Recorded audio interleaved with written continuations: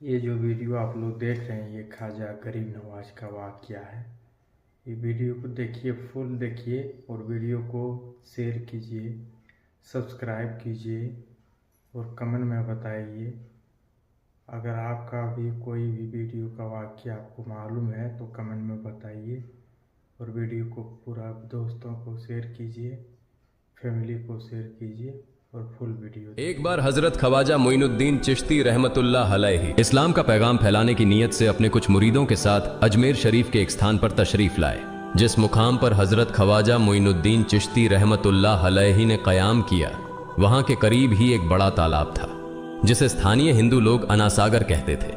उस दौर में इस तालाब की वुसात और पवित्रता के कारण हिंदू समाज में इसका बहुत एहतराम किया जाता था। उनका यह अकीदा था कि जो शख्स दिन भर गुनाह करने के बाद इस तालाब में गौस्ल करता है उसके तमाम गुनाह धुल जाते हैं। इसी वजह से वे इस तालाब को हमेशा दियों से सजाए रखते थे। कहा जाता है कि इस तालाब में हर रात दिए जलाने के लिए तकरीबन 3 मन तेल की जरूरत होती थी। तालाब की पवित्रता के कारण वहां सभी हिंदुओं को दाखिल होने की इजाजत नहीं थी। सिर्फ आला तबके के ब्राह्मण ही वहां गौस्ल कर सकते थे और तालाब के पानी को छू सकते थे। उनका यह मानना था कि अगर ब्राह्मणों के अलावा कोई और तालाब के पानी को छू ले तो पानी नापाक हो जाएगा। हजरत ख्वाजा मोइनुद्दीन चिश्ती रहमतुल्लाह अलैहि और उनके मुरीद लंबे सफर से थके हुए थे। कुछ देर आराम फरमाने के बाद जब नमाज का वक्त हुआ तो ख्वाजा मोइनुद्दीन चिश्ती रहमतुल्लाह अलैहि ने हजरत बख्तियार काकी रहमतुल्लाह अलैहि को अजान देने का हुक्म दिया। हुक्म पाकर हजरत बख्तियार काकी रहमतुल्लाह अलैहि ने अजान देना शुरू किया। उस वक्त हिंदुस्तान में तौहीद का पैगाम और अजान के अल्फाज किसी ने नहीं सुने थे।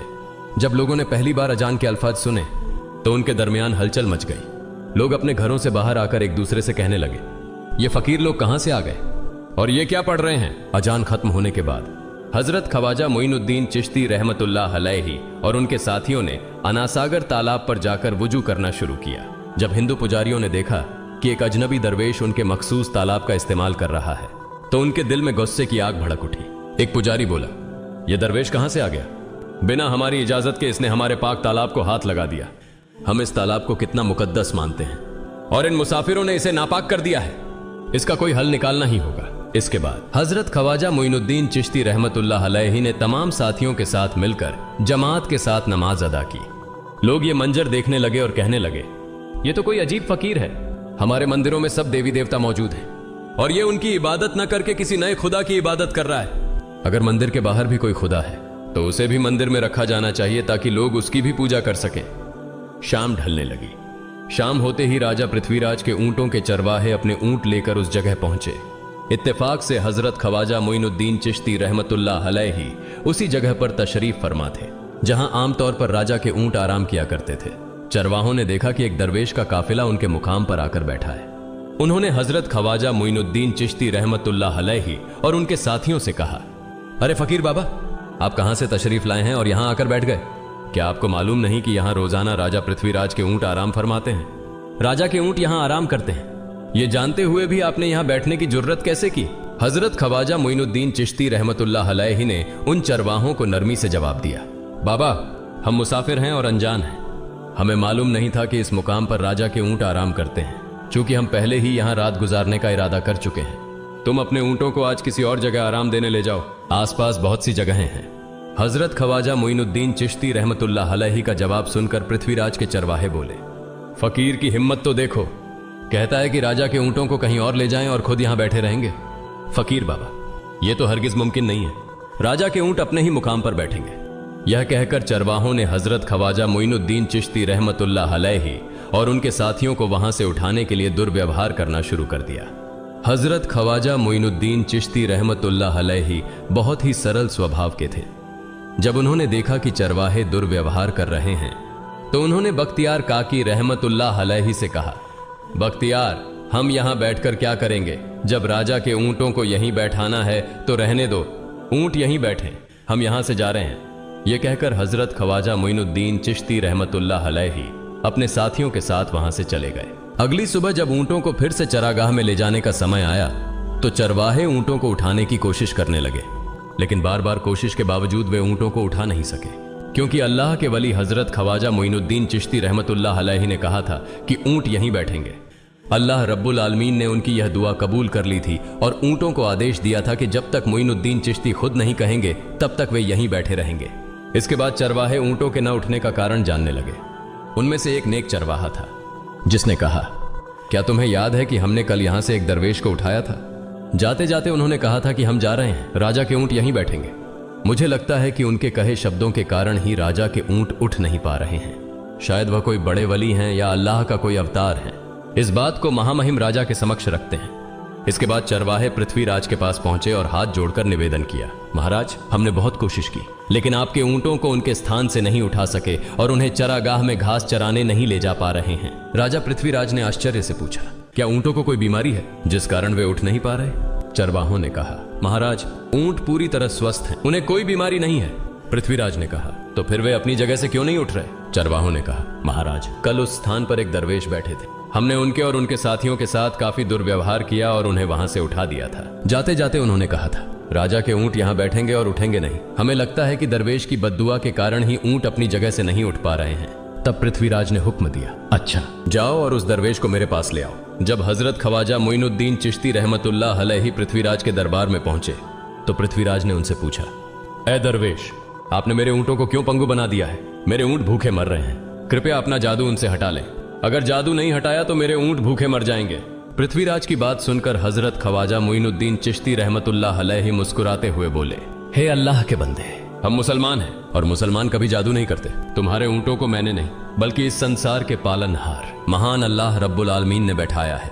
उनकी आज्ञा से ऊंट बैठे हैं और उनकी आज्ञा से ही उठेंगे। लेकिन मैं उस सर्वशक्तिमान से प्रार्थना कर सकता हूं कि वह तुम्हारे ऊंटों को उठने की अनुमति दे। इसके बाद हजरत ख्वाजा मोइनुद्दीन चिश्ती रहमतुल्लाह अलैहि ने अल्लाह से दुआ की, हे अल्लाह, इन ऊंटों को उनकी जगह से उठने की तौफीक दें। हजरत ख्वाजा मोइनुद्दीन चिश्ती रहमतुल्लाह अलैहि की दुआ करते ही चरवाहों ने देखा कि ऊंट अपनी जगह से उठकर चरागाह की ओर बढ़ने लगे।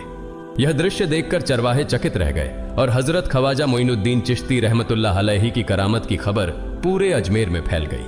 जैसे जैसे हिंदुओं के बीच हजरत ख्वाजा मोइनुद्दीन चिश्ती रहमतुल्लाह अलैहि की करामत की बातें फैलने लगीं और इस्लाम की महानता उनके सामने प्रकट होने लगी, मंदिर के पुजारी भयभीत हो गए। वे सोचने लगे, अगर यही चलता रहा तो सभी हिंदू मुसलमान बन जाएंगे। तब वे पृथ्वीराज के पास पहुंचे और निवेदन किया, महाराज, ये दरवेश हमारे राज्य में अशांति फैला रहे हैं। यदि आपने अभी इनका कोई उचित समाधान नहीं निकाला तो ये दरवेश सभी हिंदुओं को मुसलमान बना देंगे और तब हमारे देवताओं की पूजा करने वाला कोई नहीं बचेगा। आप इन्हें यहां से भगा दें, नहीं तो ये हमें यहां से बाहर निकाल देंगे। महाराज, हम आपको एक और भयावह बात बताना चाहते हैं। ये दरवेश कहते हैं कि जिन मूर्तियों की हम पूजा करते हैं वे पूजनीय नहीं है। उनका कहना है कि ये केवल निर्जीव पत्थर है जिनमें कोई शक्ति नहीं है। ये साधारण लोगों को इस तरह की बातें बताकर भ्रमित करना चाहते हैं। सबसे आपत्तिजनक बात यह है कि ये दरवेश हर दिन 5 बार हमारे पवित्र तालाब में हाथ लगाकर उसे अपवित्र कर रहे हैं। पुरोहितों की बात सुनकर पृथ्वीराज ने हजरत ख्वाजा मोइनुद्दीन चिश्ती रहमतुल्लाह अलैहि को बुलाया। जब हजरत ख्वाजा मोइनुद्दीन चिश्ती रहमतुल्लाह अलैहि उनके दरबार में पहुंचे तो पृथ्वीराज ने कहा, ए दरवेश, हम देख रहे हैं कि आप गोमाता का मांस खाते हैं और हमारे देवताओं का अपमान करते हैं। हमारे धर्म के बारे में तरह तरह की उल्टी सीधी बातें कर रहे हैं। हम यह सहन नहीं कर सकते। हम यह भी देख रहे हैं कि आप हमारे पवित्र तालाब को अपने अपवित्र हाथों से खराब कर रहे हैं। आप तुरंत हमारे देश से चले जाएं।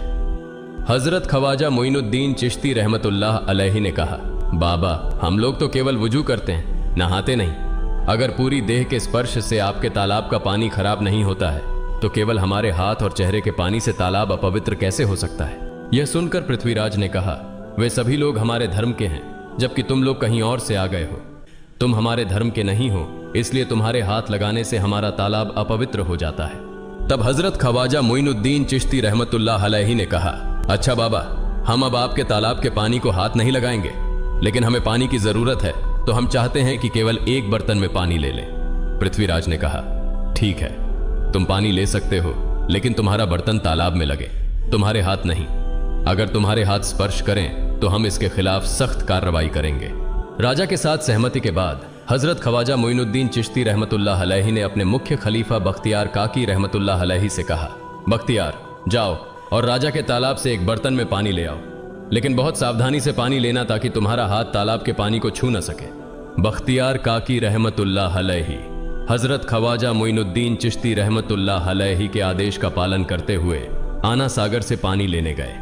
उन्होंने बर्तन को तालाब में डुबोया और उनका हाथ पानी को नहीं छू सका क्योंकि चमत्कारवश पूरा तालाब एक छोटे बर्तन में समा गया। आना सागर पूरी तरह से सूख गया और उसकी तली में केवल सूखी रेत दिखाई देने लगी। जब पुरोहितों ने देखा कि उनके पवित्र तालाब में एक भी बूंद पानी नहीं बची है और वह मरुस्थल की तरह सूख गया है, तो वे घबराते हुए राजा पृथ्वीराज के पास गए और बोले, महाराज, यह तो भारी संकट हो गया है। पृथ्वीराज ने पूछा, क्या हुआ? पुरोहितों ने कहा, उस दरवेश ने हमारे पूरे तालाब का पानी ले लिया है। अब हमारे पवित्र तालाब में एक बूंद भी पानी नहीं है। अगर इस तालाब में पानी नहीं होगा तो हम अपने पापों का प्रायश्चित कैसे करेंगे? दूर दूर से हजारों हिंदू लोग इस तालाब में स्नान करने आते हैं ताकि वे अपने पाप धो सकें। अगर पानी नहीं रहेगा तो वे यहां आना बंद कर देंगे, जिससे हमारा बड़ा नुकसान होगा और अजमेर की मान मर्यादा मिट्टी में मिल जाएगी। पृथ्वीराज गहरे विचार में पड़ गए।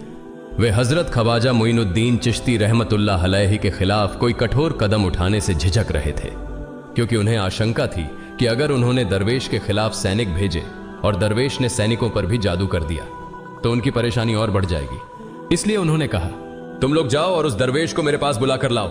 मैं देखता हूं कि वह क्या चाहता है। अगर उसकी मांग उचित होगी तो हम उसे मान लेंगे, और यदि उचित नहीं हुई तो हम माफी मांगकर अपना तालाब का पानी वापस ले लेंगे। जब हजरत ख्वाजा मोइनुद्दीन चिश्ती रहमतुल्लाह अलैहि पृथ्वीराज के दरबार में पहुंचे तो पृथ्वीराज ने कहा, ऐ बाबा, आपने हमारे तालाब का सारा पानी ले लिया है। हम अपने पापों का प्रायश्चित कैसे करेंगे? पूरे दिन के पाप हम इस तालाब में स्नान करके धोते हैं। अगर तालाब में पानी नहीं होगा तो हम अपने पाप कैसे धोएंगे? हजरत ख्वाजा मोइनुद्दीन चिश्ती रहमतुल्लाह अलैहि ने उत्तर दिया, देखो बाबा, तुम्हारे पास आना सागर है, पर दुनिया के हर कोने में ऐसा तालाब नहीं है, तो क्या वे लोग अपने पाप कैसे धोएंगे? पापों को धोने की ताकत इस तालाब के पानी में नहीं है। पापों को माफ करने वाला केवल अल्लाह है, जिसने आकाश, धरती और पूरी सृष्टि बनाई है। उसकी इजाजत के बिना एक पत्ता भी नहीं हिलता। इसलिए मैं तुम्हें इस भ्रम को छोड़कर सही राह पर आने की दावत देता हूं। वहां मौजूद हजारों हिंदू हजरत ख्वाजा मोइनुद्दीन चिश्ती रहमतुल्लाह अलैहि की बातें मंत्रमुग्ध होकर सुन रहे थे। इसके बाद उन्होंने कहा, जाओ बख्तियार, जिस बर्तन में तुमने तालाब का पानी लिया था उसे वापस तालाब में डालाओ। बख्तियार काकी रहमतुल्लाह अलैहि हजरत ख्वाजा मोइनुद्दीन चिश्ती रहमतुल्लाह अलैहि के हुक्म से आना सागर में बर्तन का पानी डालने गए। जैसे ही बर्तन का पानी तालाब में डाला, आना सागर फिर से पानी से लबालब भर गया। इस चमत्कार को देखकर वहां मौजूद कई हिंदुओं ने कलमा पढ़कर इस्लाम कबूल कर लिया। यह देखकर हिंदू पुरोहितों और पंडितों की चिंता बढ़ गई। वे पृथ्वीराज के पास गए और बोले, महाराज, यदि अब कोई उपाय नहीं किया गया तो सारे हिंदू मुसलमान हो जाएंगे। पृथ्वीराज ने कहा, मुझे सलाह दो, इस दरवेश का मुकाबला कैसे किया जा सकता है? पुरोहितों ने कहा, यह दरवेश एक बड़ा जादूगर है, इसलिए इसका मुकाबला भी जादू से करना होगा। हमारे बीच एक बड़े पुरोहित और जादूगर रामदेव हैं, उन्हें इसके मुकाबले में भेजें। अगर वह जादू से इसे हरा सके तो हम अपने हिंदू धर्म का गौरव फिर से प्राप्त कर सकेंगे। पृथ्वीराज ने रामदेव को बुलाकर कहा, रामदेव, मैं तुम्हें इस दरवेश को जादू से हराने की जिम्मेदारी दे रहा हूं। अगर तुम उसे हरा सके तो हम अपने धर्म का गौरव फिर से पा सकेंगे। रामदेव ने पृथ्वीराज को आश्वस्त करते हुए कहा, महाराज, आप चिंता न करें, इस दरवेश को हराना मेरे लिए बहुत आसान है। मैं आपके समक्ष हमारे धर्म का गौरव वापस लाकर रहूंगा। इसके बाद रामदेव अपने साथियों के साथ हजरत ख्वाजा मोइनुद्दीन चिश्ती रहमतुल्लाह अलैहि के सामने मुकाबले के लिए पहुंचा। उसने कहा, मोइनुद्दीन, अगर तुम में ताकत है तो मुझसे जादू का मुकाबला करो। मैंने तुम जैसे बहुत से जादूगरों को हराया है, तुम्हें हराना तो मेरे लिए साधारण बात है। हजरत ख्वाजा मोइनुद्दीन चिश्ती रहमतुल्लाह अलैहि ने उसकी बातों का कोई जवाब नहीं दिया। रामदेव ने देखा कि हजरत ख्वाजा मोइनुद्दीन चुप हैं, तो उसने गाली गलौज करना शुरू कर दिया। जब रामदेव अपनी हदें पार कर गया तो हजरत ख्वाजा मोइनुद्दीन ने उसकी आंखों में देखते हुए कहा, रामदेव, तू चिल्ला रहा है, लेकिन मैं तेरे माथे पर ईमान की रोशनी देख रहा हूं। हजरत ख्वाजा मोइनुद्दीन चिश्ती रहमतुल्लाह अलैहि की यह बात सुनते ही रामदेव कांपने लगा, और उसी क्षण अल्लाह रब्बुल आलमीन ने उसके दिल में ईमान की रोशनी डाल दी। रामदेव हजरत ख्वाजा मोइनुद्दीन चिश्ती के चरणों में गिर पड़ा और बोला, हे अल्लाह के वली, मैंने आपके साथ बहुत बेअदबी की है, मुझे माफ करें और मुझे कलमा पढ़ाकर इस्लाम की राह दिखाएं। हजरत ख्वाजा मोइनुद्दीन चिश्ती रहमतुल्लाह अलैहि ने रामदेव को कलमा पढ़ाया और उनका नाम रखा मोहम्मद सादिक। इतिहास बताता है कि बाद में रामदेव मोहम्मद सादिक के रूप में एक बड़े अल्लाह के वली बन गए। प्रिय पाठकों, सोचें, जो रामदेव हजरत ख्वाजा मोइनुद्दीन चिश्ती को पराजित करने आए थे, वही अब उनके हाथ में हाथ देकर इस्लाम की शांति की छांव में आ गए। यह अल्लाह रब्बुल आलमीन का चमत्कार और शक्ति है, जो जिसे चाहे हिदायत दे सकता है। आमीन।